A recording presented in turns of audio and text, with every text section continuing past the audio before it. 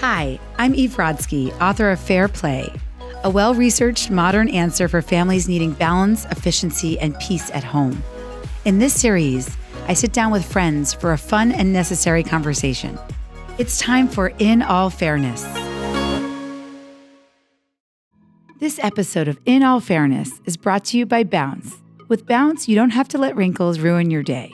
In this episode, I spend time talking values with Lance and Becca Gross. Before dealing out the 100 cards in the Fair Play system, a very crucial step is for each couple to build their deck by collectively deciding tasks, obligations, and experiences that are important to their family. Married almost 5 years, Lance and Becca are parents of a beautiful daughter and sweet baby boy. They love their life together, navigating all the growing pains of a new family. Despite Lance's busy career as an actor and photographer, he always makes sure there's time to talk through childcare, ping pong tables, and dry cleaning. Watch and learn. Lance, Rebecca, thank you for joining me. Thanks for having us. We're excited. Tell me about the decision. What made you decide to marry each other? Oh man, I couldn't you live tell me, without Lance. her. I mean, she's still my best friend.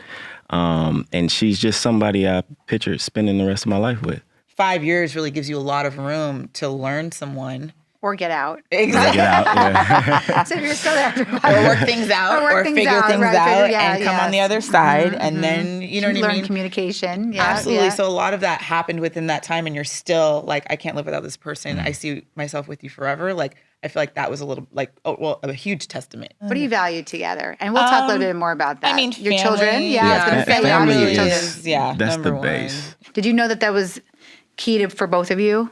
We knew it Yeah. was, but I think experiencing it, and like you said, a lot of people don't check in after their vows and literally discuss them. But the fact that when we had our first daughter, a lot of things just sort of like fell into place, like in this like puzzle, and was still like, I didn't need to tell him to want to do certain things when it came to the family. To me, Did you know you were going to be that type of father?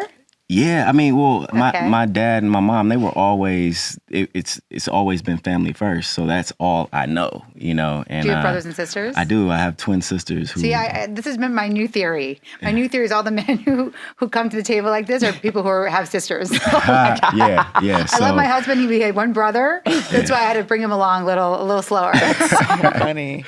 I picked a letter for you. I thought we could talk about them and maybe give them some advice. Oh, I love giving advice. Yeah, and then we can, I want to play a card game with you, a values card game. Okay. Based on the Fair Play cards. Dear Eve, my partner and I are constantly arguing about the disorganization of our front hall closet. In our downtown city apartment, storage is limited. And as you can imagine, it's become a catch-all for all kinds of random stuff like winter clothes. Perfect question. Oh my God. Okay, good. I'm so See, now I feel like this Look is at the that. hot seat. Oh my God. Okay, Wired yearbooks, our umbrellas, and old sneakers. There are also some valuable things like photo albums I really love, which end up getting crushed by the extra clutter. One weekend, we packed up bags of the stuff in the closet to donate to a local charity. After walking past the stuff we'd packed up that's been sitting on the floor for weeks, I lost it and dumped some of the junk on his desk. Once my partner saw his desk, we were in a full-blown fight. I worry that disagreements like this will continue to divide us. How can you help us meet in the middle? Wait, so Rebecca didn't write that? Oh my God, wait, It what? sounds so familiar. This is Damon. Damon is writing in, and his Okay. partner is Gabe. Damon. Okay. So, And we don't okay. have a front hall closet. Okay. We don't have a. Okay, well, you're Got it. laughing. So tell me why you're laughing. We're laughing because we're like sort of in like a crossroads of like still being in like Lance's bachelor pad, really, and so like we've outgrown the space, but we're still in the space. We're busting at the seams. Yeah, we're busting at the Busting seams. the seams, So yes. it's like inevitable to have a lot of conversations about space. So we've just had a lot of conversation. And have you reconciled any of those things? Yeah, I would say on the bigger scale, Yeah. it started maybe like that where it was like big things. It was like a big deal, and you know, people are mad about a ping pong table for weeks. I still miss my ping pong table. I get It's it. in But storage. I think there's, But I still have it. I got It's in storage storage. units. It's in storage. It'll come back out when your adorable son can play just for with the record, you. I bought a storage unit for his prized ping pong table for me. So when I moved into the bachelor pad, then we had kids, and it was a whole thing. One of the things that hurt my feelings about not being able to like delegate the space was that if I'm not allowed to make that call, but you are allowed to make that call.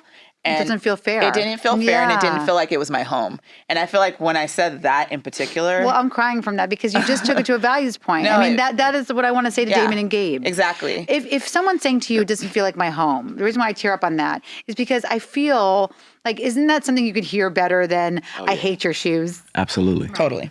What I'll say to Damon and Gabe here, because I think you came to an understanding, right, about what was valuable to you, and having a place for your baby to sleep is valuable. Right. What I dug a little bit deeper into this couple, and I found out that this story was about not just the clutter, but when the roller skates, the old rollerblades went on top of the photo album, it felt like he was being like stabbed in the heart. Yeah. Because he said, no, my partner doesn't care about our wedding. Absolutely. So it became way bigger. Oh, yeah, because I feel like all clutter. those things are connected to something. It's never just that. Right. Well, that's what I always try to say that as a consultant. Like the presenting problem is never the real problem. Right, it's never what it is. I love that. So I'm hoping we can take those learnings and bring them to the cards. So let me tell you a little bit about the Fair Play cards. So these originated, like I tell you, from this thing called I Do spreadsheet. It's turned into a system. If something is in the deck that you don't value, we can throw it on the floor. If it's something that you have to do, there's probably value to it. The goal of the 4 suits was that each partner would take an assortment of the 4 suits, which are home, out, things that you need to do out in the world, like transporting your kids, caregiving, things like, getting your kids to the doctor, and things what I call magic, which are a little bit stranger cards, but they're important. Sometimes we don't talk about them. And so I'm trying to bring them back into the conversation. This one we have under caregiving, beauty and wardrobe for me. Beauty is a thing. It's a cultural expectation. Yeah. I dye my hair. So yes, and it takes 10 hours to do that. So and I know she needs that. Okay, so good. So that's right. So not resentful. So that's you both value it. No, he's not looking at me crazy if I do that. He's very supportive. I love looking at it. Okay, so keep it in your deck. Okay, that's in our deck. Okay, you do it. Dry cleaning. Yeah. Are those things that have to happen or that you value? I mean, the literal sense. Yeah, literal sense. Right. So that goes in your deck. Right. Exactly. Okay. Partner coaching. Coach. This is a magic card. You both have high-powered careers. And 2 kids under 5, which I keep bringing up because that's very intense. So how do you support each other? Both of our careers are super unpredictable. Are you working? Are you not working? How much are you working? Are you coming home late? Are you out of town? And then, like you said, you add the layer of having 2 kids. So yes, this magic card is very important. Do you both feel valued, that the other person values each other's career? Yeah. Oh, absolutely. I mean, it's important. Yeah. I mean, that's a really good sign. Because I don't hear that. I don't always hear that often. That's an interesting one. Glitch in the matrix. If there's a daily disruption in your life or there's a glitch in the matrix regarding your children, do you feel that you both value this idea of we will both lean into having to leave our respective thing that we're doing to go get our child who has life. We were on the same page until you said, leave your respective thing. And then Lex was like, wait a minute. So that kept happening in my own marriage. Anytime there was a emergency, that I was the one having to pick up the slack. And that felt very sad and unfair to me. Elaborate. Yeah. Put it down. It's very important. So let's talk about Berkeley. Yes. Who leaves if she throws up in the bathroom at preschool? Okay, so I would think that Rebecca would. Okay. Well, let me explain. Don't even be scared to answer the question. No. Okay. But this is what I love about this, because it can change. Because now that we are having this conversation, it's in the deck. I leave. You can say, leave. Okay, I'm expected to leave. You're expected to leave. Yes. There's literally almost zero male participation in the daily disruption card that I've seen in my data set. So you're okay. So you're okay. That's my point. I'll take that. It's an aha moment to say that even this requires conversation.